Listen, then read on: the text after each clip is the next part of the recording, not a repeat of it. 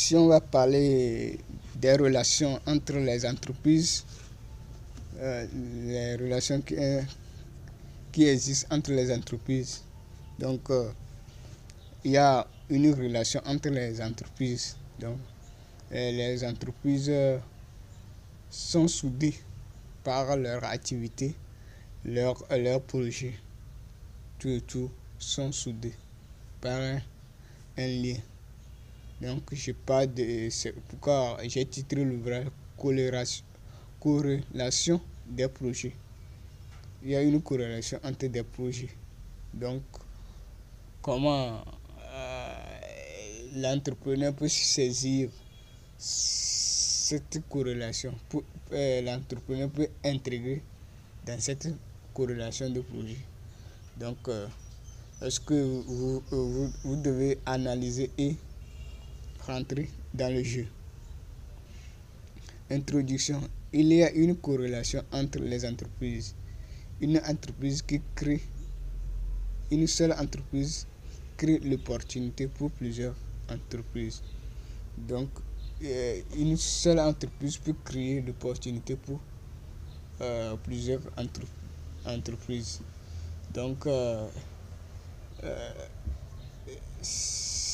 les entreprises sont comme le transport et le carburant. Donc, lorsque le carburant augmente, le prix du transport augmente. Lorsque le prix du carburant baisse, le prix des transports baisse. Donc, c'est une relation comme ça.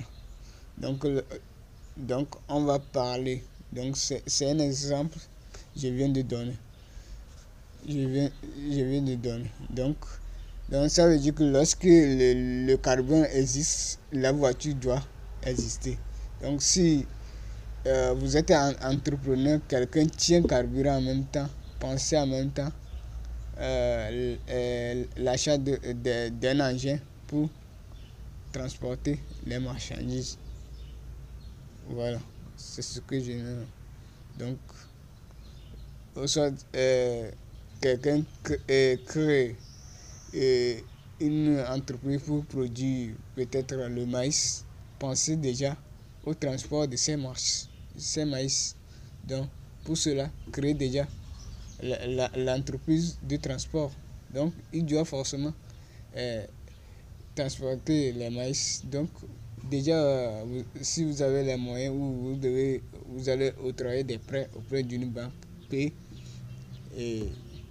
un moyen de déplacement qui va transporter les marchandises vers le lieu de vente.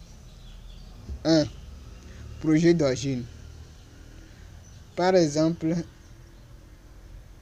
une entreprise qui produit la moto en Chine.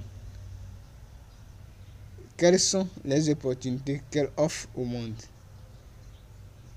On a la publicité, le transport, une station d'échange, les matières premières de fabrication des motos, la banque, les points de vente à travers le monde entier, tout. Donc, etc. Donc, il y a assez d'opportunités déjà qu'elle crée. Donc, tant qu'entrepreneur, vous pouvez se pointer de faire la publicité à travers le monde. De faire la publicité à travers le monde pour faire connaître ses produits. Et les motos de l'entreprise, le produit. Donc déjà, vous saisissez de l'opportunité. Ou soit, vous dites, vous cherchez le transport, tout ça. Donc, ça j'appelle corrélation. Il y a corrélation entre les choses. Voilà une entreprise qui crée sans cesse les opportunités pour entreprendre. Je veux encore parler de mon expérience de aide-maçon.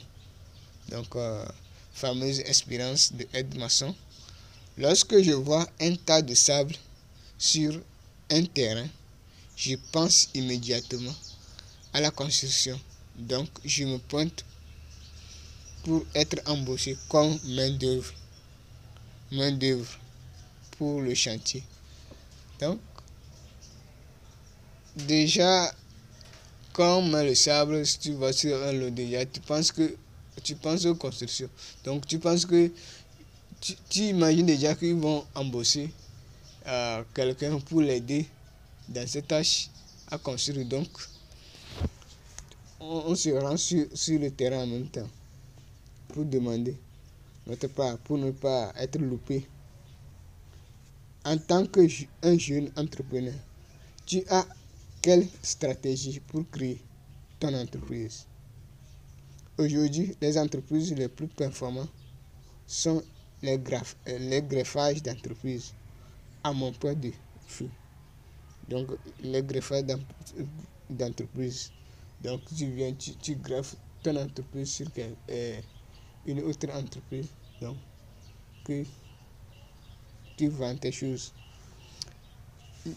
Numéro 2, opportunité. Ici, l'entrepreneur doit insérer ou greffer auprès d'une entreprise qui existe sur un lieu en jouant le jeu de complémentarité. Disons qu'un entrepreneur qui vend les motos dans un lieu donné, un autre entrepreneur peut négocier avec le vendeur de motos pour créer une entreprise de vente des pièces de moto.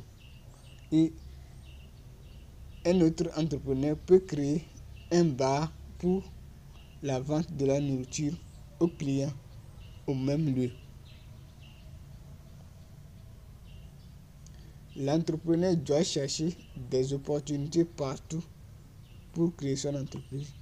Donc, déjà, vous pensez, une dame peut penser, lorsque les gens vont venir payer la moto, d'autres auront faim.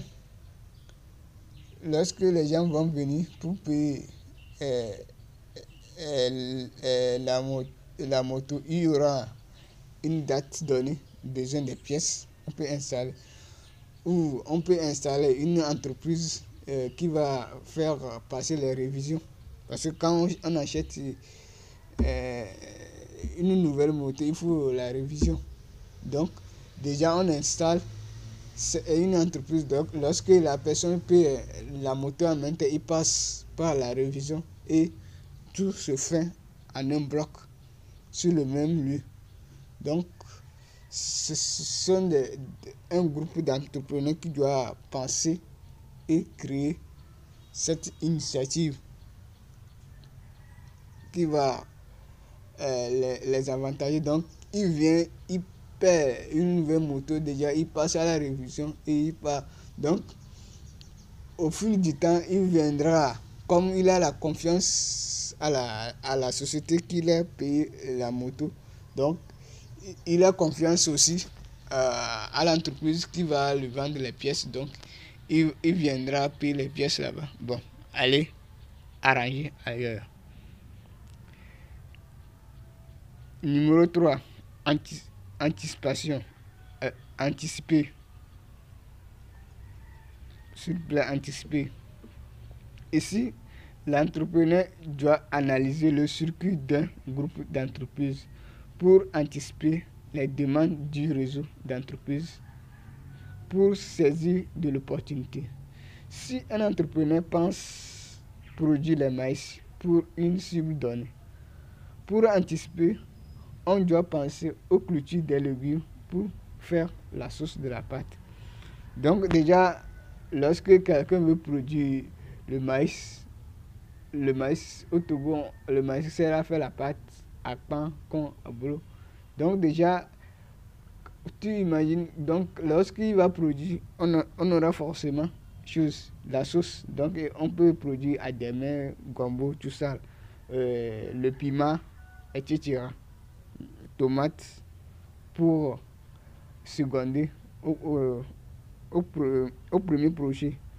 Donc, vous devez analyser les circuits des entreprises pour pouvoir greffer votre entreprise. Voilà. Donc, déjà, vous imaginez, donc, lorsque vous prenez les légumes, vous voyez qu'il y a déjà les légumes sur le marché. Sur le marché, par exemple, il y a adémé, tomate, adémé, gombo, nyantou, etc. Donc, vous revenez, vous analysez encore. Il y a les condiments. Est-ce qu'il y a l'oignon qui est sur le marché? Il y a gingembre. Est-ce qu'il y a poisson? S'il n'y a pas poisson, pensez à la pisciculture, l'élevage des poissons pour faire la demain, pour faire la sauce des demain ou du gombo. Est-ce qu'il y a le piment? Parce qu'il y a le piment, on a besoin de piment aussi. S'il n'y a pas de piment, rentrez dans la culture du piment. Est-ce qu'il y a tomate? Si il n'y a pas de tomate, donc vous allez. Donc il y a assez d'opportunités autour de l'entour d'une entreprise. Donc vous devez analyser pour les détecter. Donc à mon humble avis, lorsque vous prenez une entreprise, l'entreprise a besoin de matières premières. Vous analysez, est-ce que c'est la matière première que vous allez lui fournir, ou soit vous allez le compléter. Peut-être quelqu'un qui veut produire le maïs a besoin de l'engrais. Donc peut-être vous le confiez votre entreprise pour produire, pour lui fournir de l'engrais. Et des céréales, de la semence, etc. Donc vous pensez ce que vous allez lui fournir. Ou